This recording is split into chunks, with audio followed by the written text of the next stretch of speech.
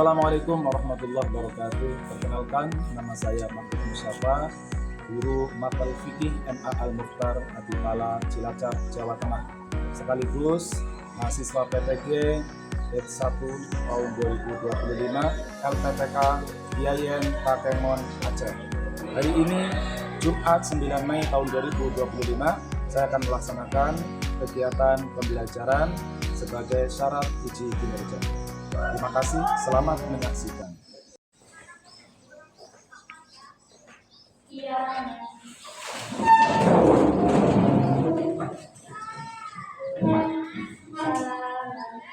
Assalamualaikum warahmatullahi wabarakatuh. Waalaikumsalam warahmatullahi wabarakatuh. Kaifa halukum jami'an? Alhamdulillah ana bi khairin wa afiyah.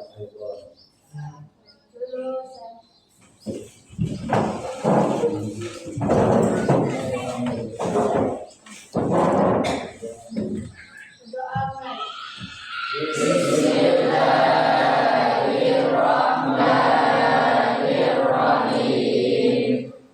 Raditu billahi rabban wa bil islami dinan wa bi Muhammadin nabiyya wa rasulah. Rabbi zidni ilma warzuqni fahman. Kita lanjutkan ke materi. Saya cek dulu kehadirannya. Adelia Rika, Ahmad Sahrul, Alia Nabila, Aulia Cahya Kamila, Cahya Adelia, Desta, Farhana Bidin, jadi semuanya tinggi ya. Alhamdulillah. Baik, anak-anak sekalian, hari ini kita akan melanjutkan pembelajaran kita materi fikih, yaitu pada muamalah perserikatan. Pertemuan yang sebelumnya kita membahas tentang musaqah. Hari ini kita akan membahas tentang muzara'ah dan muqabalah. Sedikit saya sampaikan pentingnya muamalah ini ya. Jadi setiap aspek kehidupan manusia ini semuanya diatur di dalam Islam, termasuk yang berhubungan dengan Allah dan juga yang termasuk hubungan sesama manusia. Supaya apa? Supaya tidak terjadi perebutan hak, supaya terjadi keadilan, supaya tercipta keadilan antara pihak yang satu dengan pihak yang lain. Nah, kemarin kita telah membahas musaqah, jadi antara saki dan musaki bisa mendapatkan haknya tanpa ada yang merasa dirugikan. Intinya sekali lagi bahwa Islam mengatur segala kehidupan manusia supaya tercipta kehidupan yang adil, supaya tercipta kehidupan yang harmonis antara satu dengan yang lainnya. Baik, kali ini kita akan melanjutkan yaitu materi muzara'ah dan mukhabarah. Barangkali sebelumnya sudah ada yang pernah dengar istilah muzara'ah. Asing apa sudah biasa dengar nih? Asing ya. Coba biar kita nggak asing, kita ucapkan lagi muzara'ah, mukhabarah. Kalau saya angkat tangan kanan, kalian bilang muzara'ah, ya. Muzara'ah, mukhabarah, muzara'ah, mukhabarah, mukhabarah, muzara'ah. Ya. Selanjutnya, siapa tahu ada yang sudah pernah dengar muzara'ah? Saya pernah dengar dulu waktu MTS. Waktu di SD barangkali, atau dari sumber manapun, ya, angkat tangannya. Siapa yang tahu apa itu muzara'ah? Kamu tahu siapa namanya? Mar'atus Salamah. Coba, apa yang kamu tahu tentang muzara'ah? Muzara'ah adalah mengerjakan tanah orang lain seperti sawah atau ladang dengan imbalan sebagai hasilnya, dengan seperdua, sepertiga atau seperempat dengan biaya pengerjaan yang ditanggung oleh pemilik tanah. Oleh pemilik tanah. Ya, itulah kurang lebih pengertian daripada muzara'ah. Kalau dari segi lafal, muzara'ah itu berasal dari kata zara'ah, menanam. Jika masih berbentuk zara'ah, ya zara'ah, ini masih dilakukan oleh satu orang. Contoh, iman zaro'ah, iman arruza. Nah, sedikit menyinggung dalam bahasa Arab ya. Iman menanam padi. Tapi begitu bentuknya menjadi muzaro'ah, ya, berarti menggunakan wazan fa'ala yufa'ilu mufa'alatan, ya, muzaro'atan. Ini artinya satu pekerjaan yang tidak bisa dilakukan sendiri. Jadi muzaro'ah ini ada dua orang yang berserikat yang melakukan kesepakatan. Sang pemilik tanah dan juga penggarap. Baiklah teman-teman sekalian, sebagai tambahan informasi kalian tentang muzara'ah dan mukhabarah, kita saksikan di sini ada akad muzara'ah. Ya. Bagaimana itu muzara'ah? Muzara'ah yaitu suatu akad yang dilakukan oleh sang pemilik tanah dengan sang pekerja, si atau si penggarap. Kemudian pemilik lahan memberikan lahan untuk diberikan kekuasaan kepada sang penggarap. Tidak hanya lahannya saja, tapi juga sekaligus modal sepenuhnya seperti benih dan lain sebagainya. Kemudian dari hasil panennya dibagi sesuai dengan kesepakatan di awal. Kemudian jika akad mukhabarah ini adalah pemilik hanya menyerahkan lahan saja. Selanjutnya saya minta kalian membuat kelompok, masing-masing kelompok terdiri dari 4 orang. Kemudian kalian membahas tentang rukun-rukun muzara'ah maupun mukhabarah dan juga syarat-syaratnya muzara'ah maupun mukhabarah dan juga sekaligus hal-hal yang bisa membatalkan kedua akad ini. Ya, silakan bisa dimulai untuk membuat kelompok. Satu kelompok terdiri dari 4 orang. Oke, hasil dari diskusi ini ada presentasikan.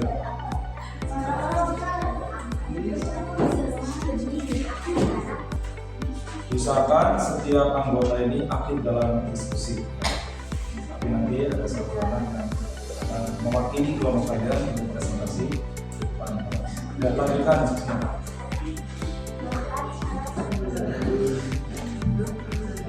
Usahakan semua ini paham tentang kemudiannya.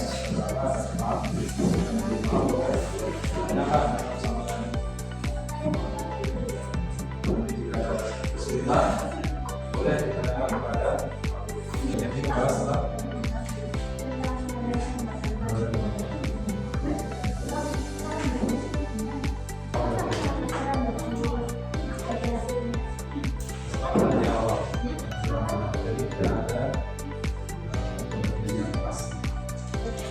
bisa dalam belum itu ada boleh tidak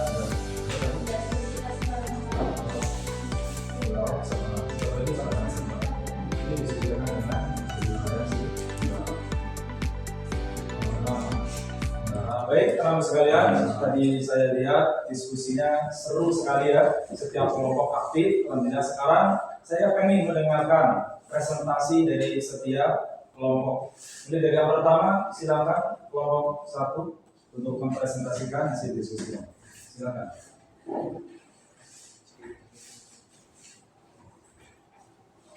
Sebelumnya perkenalkan nama. Assalamualaikum warahmatullahi wabarakatuh. Waalaikumsalam warahmatullahi wabarakatuh. Perkenalkan, nama saya Adela Dila, perwakilan dari kelompok 1. Di sini saya akan menerangkan rukun muzara'ah dan mukhabarah. Jumhur ulama memperbolehkan akad muzara'ah dengan mengemukakan rukun yang harus dipenuhi agar akad itu menjadi sah. Adapun rukun-rukun tersebut antara lain sebagai berikut. 1. Penggarap dan pemilik tanah. Yang kedua, objek muzara'ah dan mukhabarah. Yang ketiga, harus ada ketentuan bagi hasil. Yang keempat, ijab dan qabul. Sekian dari saya. Wassalamualaikum warahmatullahi wabarakatuh.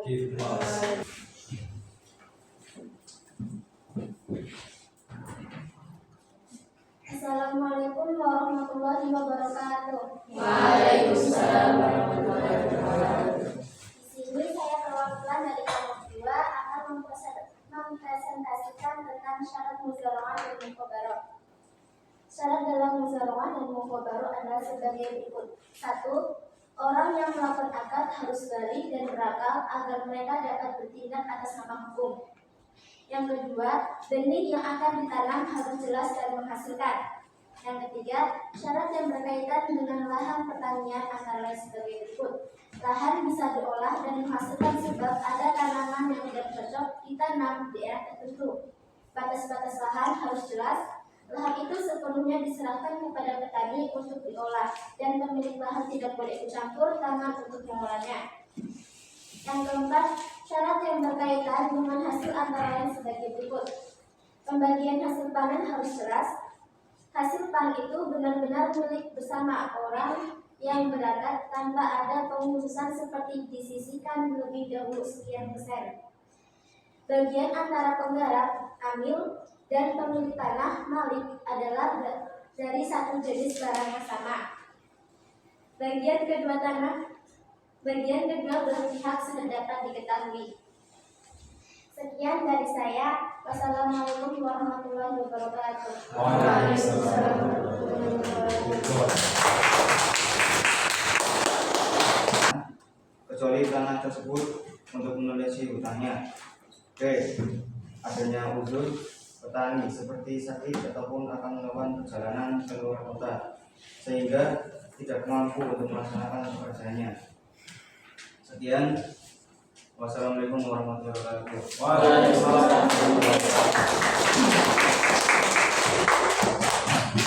Gimana? Seru nggak presentasi teman-teman kalian? Masih semangat untuk belajarnya? Masih. Coba kita semangatnya mana? Tepuk semangat.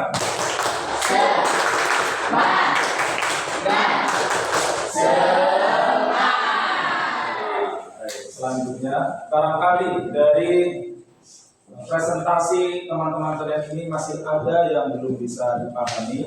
Boleh silakan yang mau bertanya, silakan. Mau tanya, Ya, silakan. jika orang yang berakad meninggal dunia, apakah boleh hasilnya dibagi oleh orang lain, contohnya kayak saudaranya atau anaknya, ibunya, atau bapaknya? Boleh nggak Pak? Ya, pertanyaan yang bagus. Kasih tepuk tangan dulu. Dari pertanyaannya, Mar'atus Salama, saya minta dari kalian yang mempunyai inisiatif untuk jawab, silakan boleh angkat tangannya. Angkat tangannya. Angkat tangan, kamu ya. Siapa namanya? Inatus Solihah. Silakan jawabannya. Tidak, berarti sudah batal. Alasannya? Alasannya kan yang di hal-hal yang dikatakan Muzarah dan Mukhobaro itu kan salah satunya itu orang yang berangkat meninggal dunia. Berarti kalau salah satu dari dua orang yang berangkat meninggal dunia berarti sudah batal. Iya, tadi tepat sekali ya. Hukum dari Muzarah dan Mukhobaro ini adalah apa hukumnya? Apa artinya ubah? Boleh. Ya. Tapi sesuatu yang ubah, sesuatu yang boleh itu bisa berpahala jika dia niatkan dengan yang baik-baik.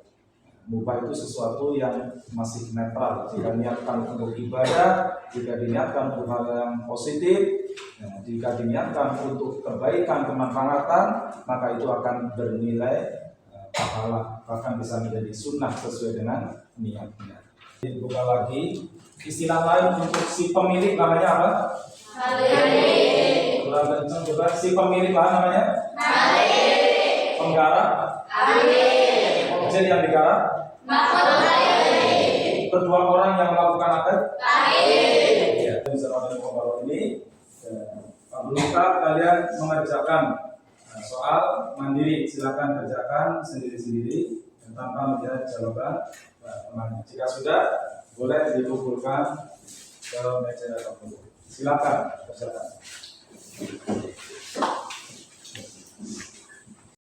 Jika sudah, silakan dikumpulkan.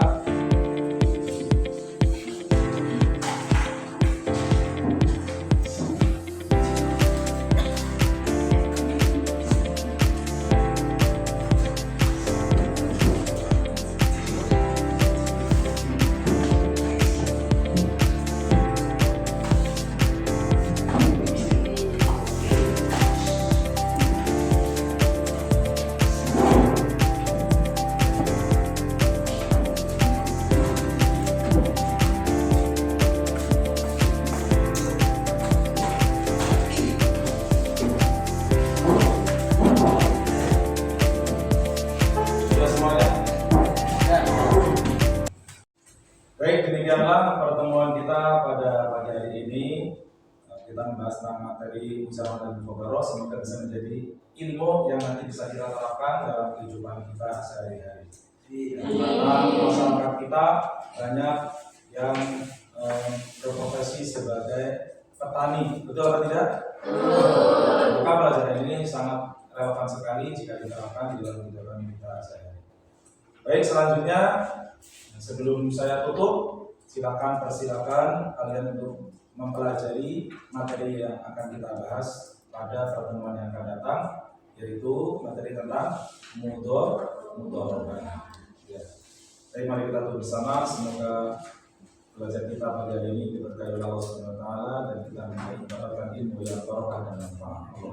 Amin. Bismillahirrahmanirrahim.